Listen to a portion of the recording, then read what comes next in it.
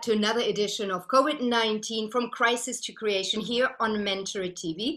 I'm Patricia Falco Beccalli, your host, but I thought it is time to take a break from that series COVID-19 from Crisis to Creation and just focus on a crisis right now unfolding in the US apart from COVID-19. And that is 7 days after the murder of George Floyd, the violence, the riots, the demonstrations, and most importantly, the reaction to these demonstrations from the government are flabbergasting, from anybody that sits on the other side of the Atlantic. So I thought, okay, let's get one of the best commentators on these issues on the show. Bill Clifford, he is the president and CEO of the World Affairs Councils of America. And what he can give us is not the latest news, which we can catch from the BBC, from CNN, or the other live stations, but some analysis and some context. So Bill, thank you so much for joining us so quickly on the show. Give us a little bit of a context and the feel on the ground, what is unfolding right now in the US. Thank you, Patricia. It's a pleasure to be with you today. What's happening in the United States is simply unprecedented in the scope that it's three crises in one. We have the pandemic, we have the economic crisis, that is the fallout of the pandemic, and last but not least, and most importantly right now, we have the social unrest due to the racial injustice that has persisted for decades, in fact, for centuries in our history. This today, what we've seen over the past week, really represents the largest, biggest crisis in terms of civic unrest in the United States since 1968. We are 51 years after the assassination of Martin Luther King in Memphis, Tennessee. And we have heard from protesters, from Black men and women, from artists, athletes, everyday persons, that they have not been heard, that the structural racism in this country is no different now than it was then. Yes, there has seemingly been progress been made on the economic front through, growth over decades, through globalization, but they're not getting a piece of that. And the spark for this was the horrific death seen on video around the world of George Floyd in Minnesota at the hands of 4 police officers. What was so stunning about this was really the almost banality of it, the calmness with which for 8 minutes an officer planted his knee on the neck of George Floyd, asphyxiated him. It is murder. These 4 officers were fired. That officer has been charged with third-degree murder, and that sparked the protests.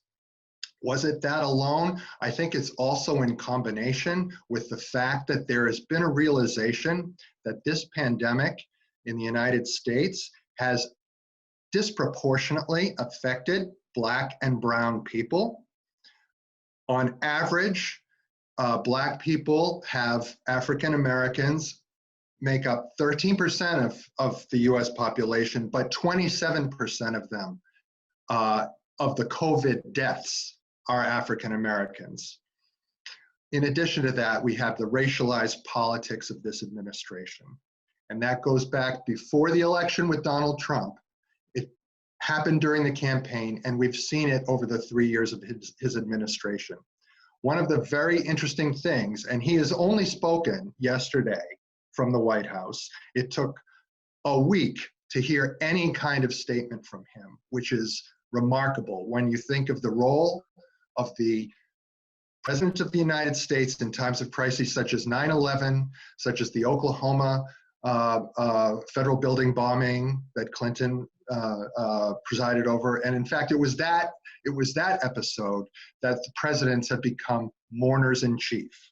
Yeah, no, I think what is interesting, what you were saying right at the beginning, and I think this is where we need to really try to drill deeper and see what is the root of this racial discrimination still being so imminent, because I think everybody may be excused. We are of thinking that that's not an issue anymore. Yes, maybe at the fringes. Yes, maybe from time to time, but that is actually quite prevalent still in the American society. A lot of people might be taken that as a surprise. 160 years after slavery was abolished, after, Martin Luther King, as you were just mentioning, and of course, especially after Obama was elected in 2008, Yes. twice over, so for 2 terms, so that you never thought that racial discrimination might still be so at the forefront. So thanks to social media, perhaps that was raised. But let me ask you that one. You were just mentioning COVID-19 hitting predominantly Blacks and brown people.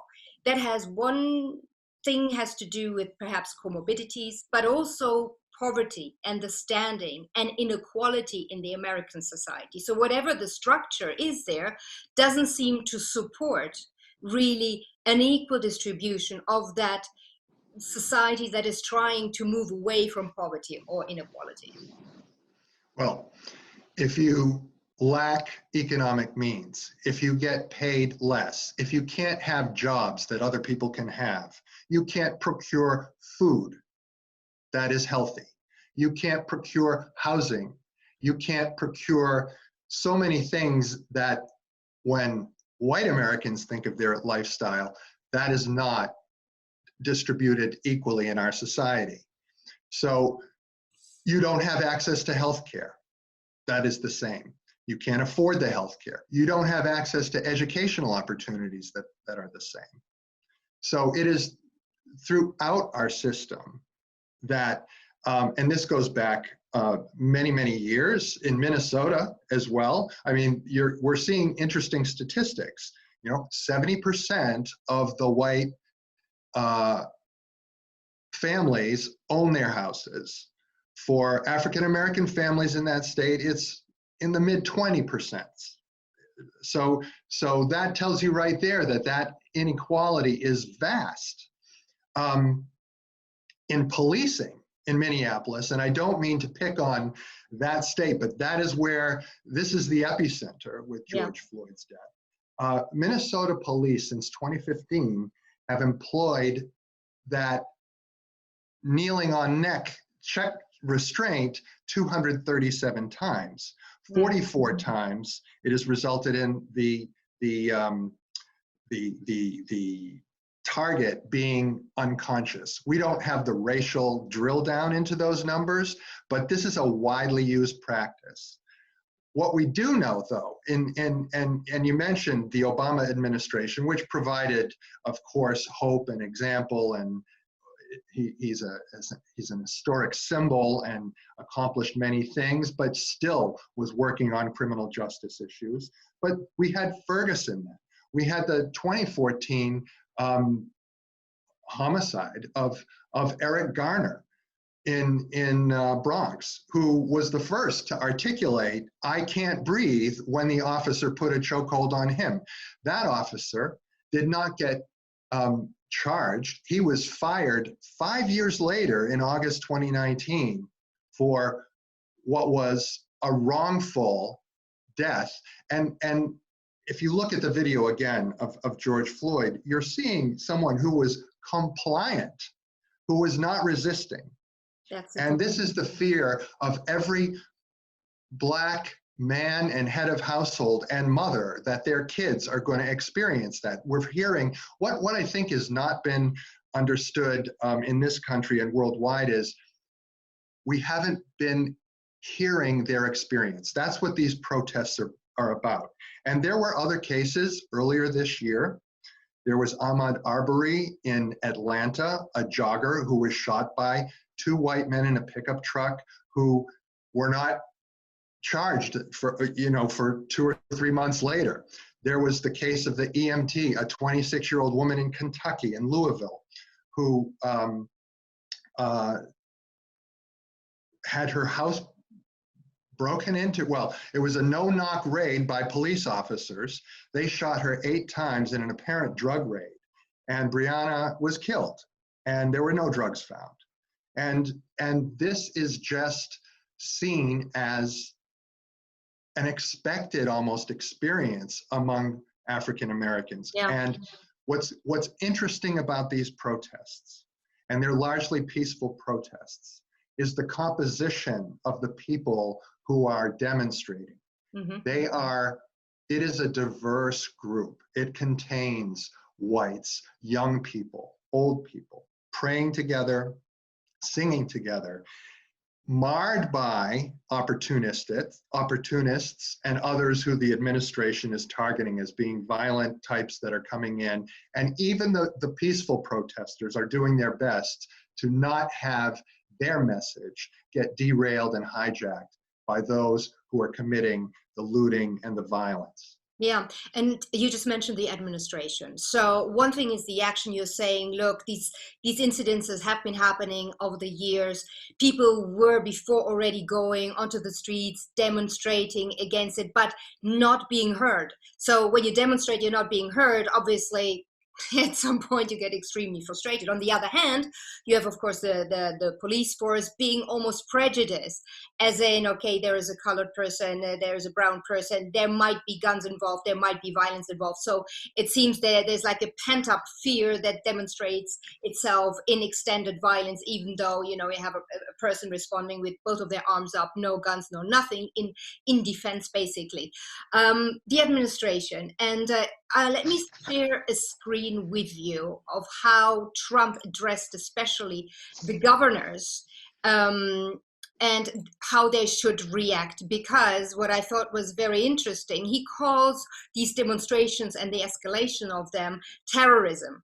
And then the next sentence he says, well, you know, if you don't calm down, I'm going to send in the military, which of course is something quite interesting to see, especially in a democracy. So this is his quote. Earlier Monday, Trump pushed governors to dominate, and that's a quote, protesters during a conference call, or they are going to run over you and you're going to look like a bunch of jerks, adding most of you are weak. Please comment on that, Bill. It's an incredible statement. And he really, later that day, after that yesterday's call with the governors, went public and pretty much conveyed the same sentiments. And whether or not Trump is an alpha male who's always trying to position himself as the stronger person in the room, and this notion of domination is so incendiary and inflammatory. It is in line with other remarks that he's made, such as when the looting starts, the shooting starts, which harkens back to racial statements by police chiefs in the 70s and 80s. And you know, I think what this is, and it's very striking and ironic, is probably too weak a word, because just 6 weeks ago, when governors were resisting opening their economies out of concern for the safety of the people they represent, and there were right-wing protesters, some of which brandished arms as they marched on state capitals in Michigan and elsewhere, Donald Trump did not talk about bringing in the National Guard. He did not talk about using the US military. He tweeted, "Liberate Minnesota, liberate Michigan, liberate Virginia to secure, they're going to take away your Second Amendment rights." This was fomenting actual demonstration against state governors, state governments, and calling for them to open up their economies. But with these protesters who are not bearing arms, who are saying, we have a history of structural racism in this country, and it is time to stop. It is time for accountability. White policemen, there are so many who are great ones. My brother was an LAPD detective, now retired. There simply hasn't been the structural accountability. And what needs to happen is not domination. There needs to be discussion, reform. Yep. There needs to be training for de-escalation in situations like that involving some of the, George Floyd perhaps even, but he was taken out of his car for apparently writing a forged check. He's not a dangerous man. But de-escalation in times when there are tense potential arrests, there needs to be transparency. There needs to be independent investigations of police wrongdoing. There needs to be database accumulation so that we have a tracking of practices. Interesting on the word tracking, and interesting drawing, to continue from what he said in that call. He said, you've got to arrest people. You've got to track people. You've got to put them in jail for 10 years and this will go away. I was struck by the notion of tracking because we are in the midst of a pandemic where we have not tested, we have not traced, and we are not going to get rid of this until we take the responsible practices to combat this disease so it doesn't come back again. Yeah, and I think, I think this tracking is one thing. The other thing is when you track, at some point you have to hit the roots of the entire problem. And Bill, I thought it was so pivotal, you mentioned it before, and that is inequality or poverty or the chance even to get educated in the US. And I pulled out another chart by the PEW Research talking about the inequality in the US. And the poverty statistics as of late.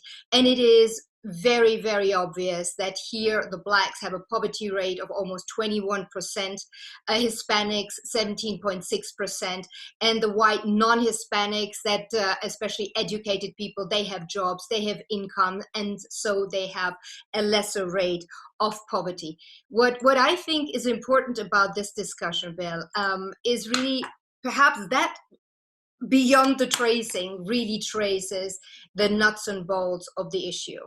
Yes, as a world, we have become richer, but the distribution of our richness has gone, a little bit to the upside, but it seems that the middle class is shifting lower, and also the low income, they're getting even lower. So the permeability from down to the up is harder than the other way around. And there are very interesting statistics. I don't want to pull them out because of the discussion's length right now that indicate that. Isn't that really the root cause that America is not anymore the American dream necessarily, where everybody has equal rights? And the word minority really just indicates numbers, but not quality, just quantity.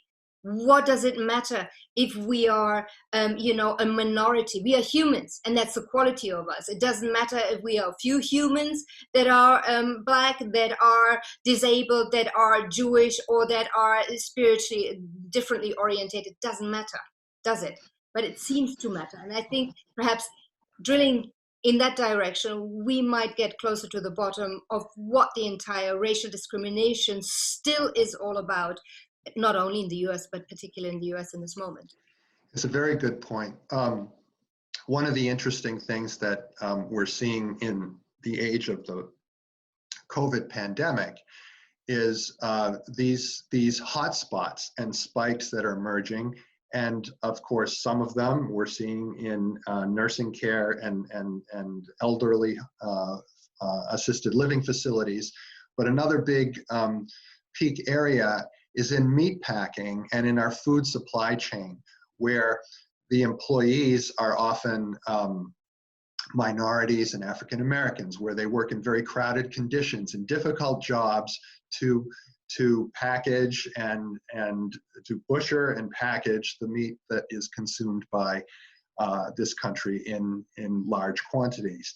And these people are getting sick, and they have been asked to continue their work, and there's corporate pressure on them for that. There's the pressure from the Trump administration to open soon, and those folks are in these jobs that are spiking, and they're not well-paid jobs either. The conditions are not good, and so it really speaks to a broad look at what it means to be a worker in this economy. Now, this issue was raised largely by Democrats in their primary campaigns. You had Andrew Yang talking about basic income. You had, of course, Bernie Sanders and Liz Warren on the left wing of the Democratic Party talking about minimum wage increases, about safety, worker safety regulations that have been rolled back, about student loan forgiveness and special grants and funding so that communities of color can have access to these opportunities, and community colleges, four-year colleges, and the like.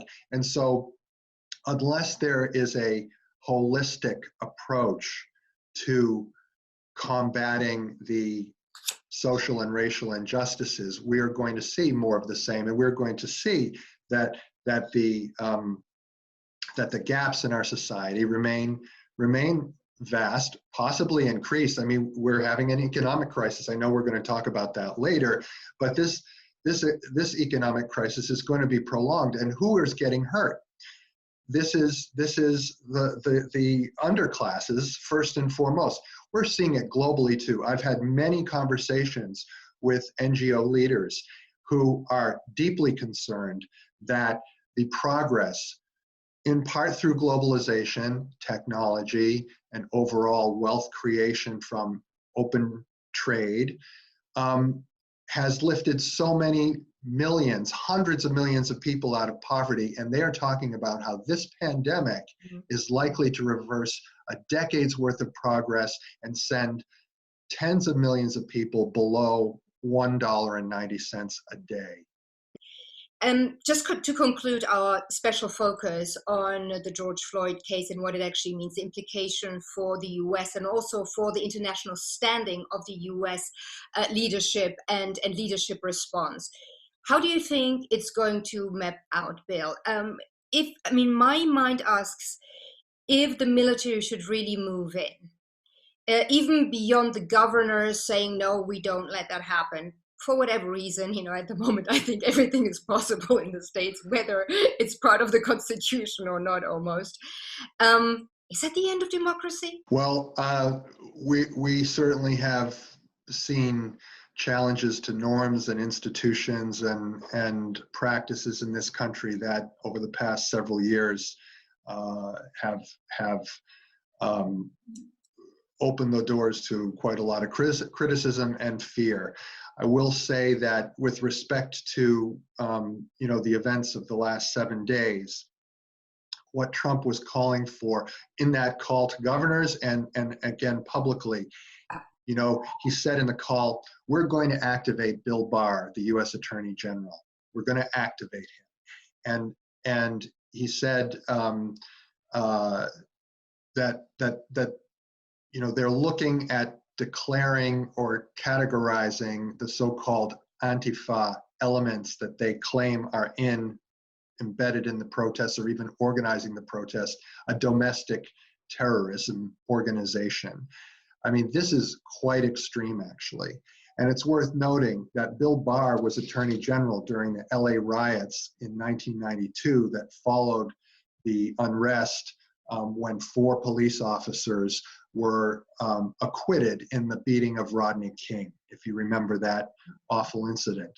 And Bill Barr at the time described that unrest as opportunistic gang violence and not, quote, the product of some festering injustice. So we're seeing really a replay of an event nearly 30 years ago where Barr has been talking up and chalking up the protests to far left fringe groups that are organized, that are bent on terrorism and violence. That is simply not squaring with the video footage that you see in cities across the country.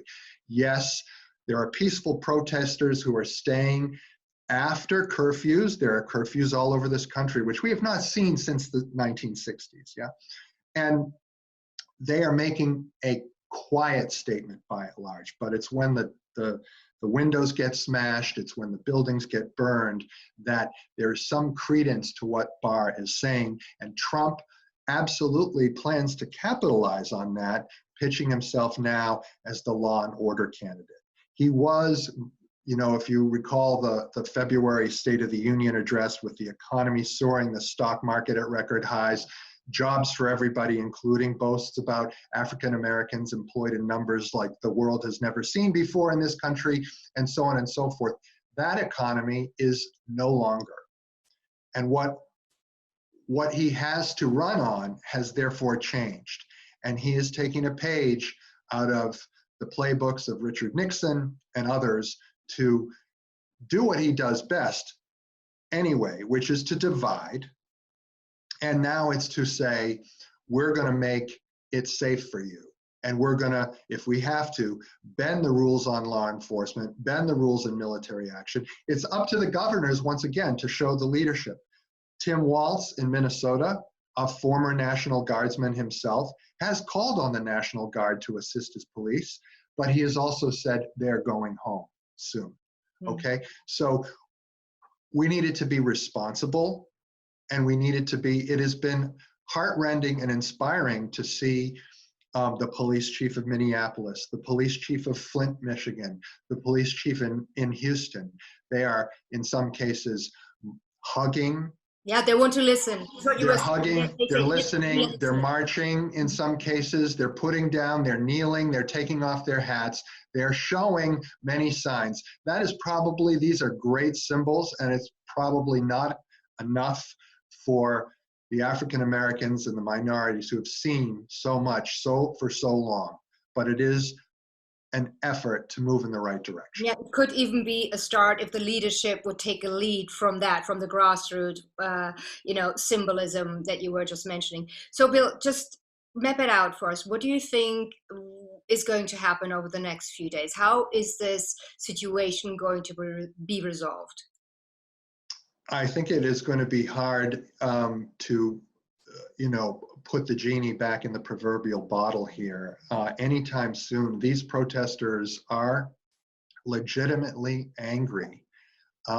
There needs to be, until there is a sense that the message is being heard, I think they will continue. What will be tragic is if force is used and we see casualties. There has been some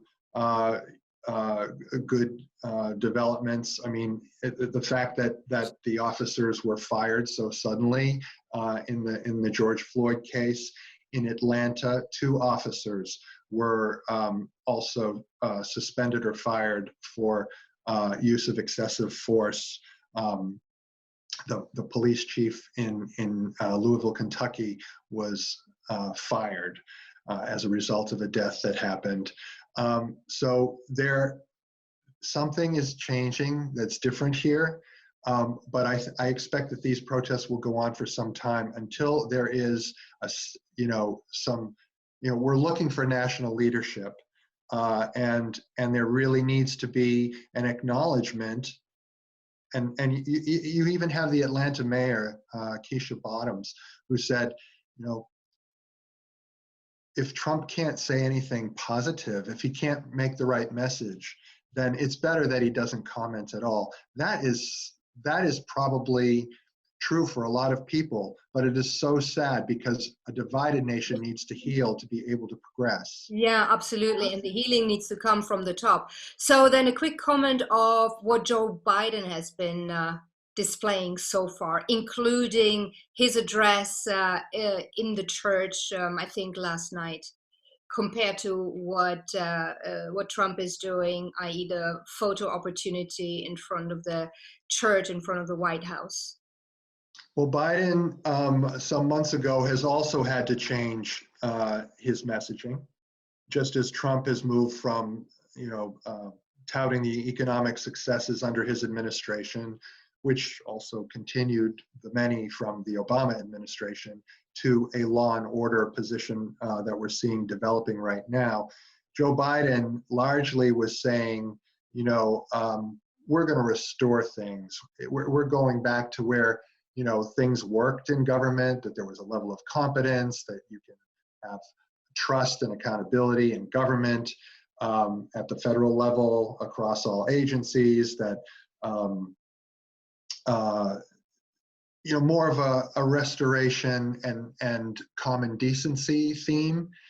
Now I think you hear the messaging of we're battling for the soul of the nation. And whether nations have souls, they have ideas about what they want to be. And I think we're, going to be deciding, are we secure and safe? And are we living up to our ideals? Are we dystopic? Are we, forever going to be mired in riots and unrest and all of this? I think, as an organization, as a nonpartisan organization, we don't take sides on campaigns or policies. But what we are wondering goes back to your question earlier about the future of democracy. We all like to think of ourselves as patriots and believers in institutions and systems that whoever you are, you can bring your grievance, it will be heard, it will be adjudicated, you will have an opportunity to rise in this society. That is really, I think, if we consider what will be at stake in November, it will be health, it will be jobs, it will be, is this a democratic society where opportunities are equal and justice rules?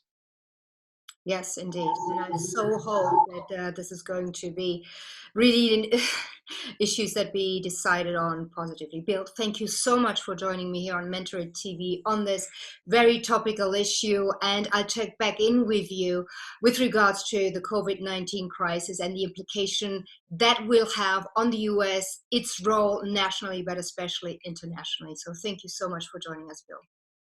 Thank you, Patricia. It's a pleasure.